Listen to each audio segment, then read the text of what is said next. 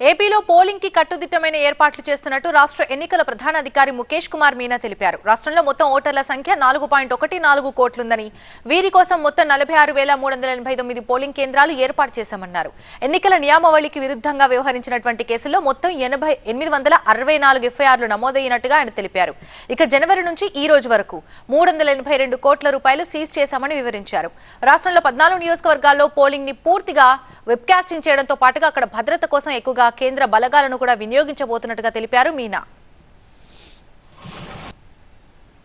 We had the total 4,13,33,000 voters. దాంట్లో 2 lakh male, తర్వాత 2 lakh female voters are there.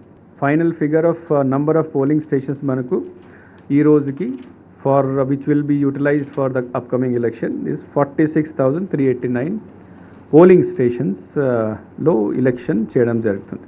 864 FIRs అంటే enforcement related, అంటే ఇది లౌడ్ స్పీకర్ పర్మిషన్ తీసుకోకపోవడం, లేదా ఏదో వయలెన్స్ జరగడం, ఇర్రెగ్యులర్ మీటింగ్ చేయడం, ఇండ్యూస్మెంట్, అంతా కలిపి 864 ఎఫ్ఐఆర్స్ మేము ఫైల్ చేయడం జరిగింది. జనవరి నుంచి ఎలక్షన్ కమిషన్ వచ్చిన తర్వాత నుంచి మనం స్టార్ట్ చేశాము. సో అప్పటి నుంచి అనౌన్స్మెంట్ దాకా 179 crores, తర్వాత అనౌన్స్మెంట్ నుంచి ఈ రోజు దాకా 203 crores. So almost 382 crores total seizure this year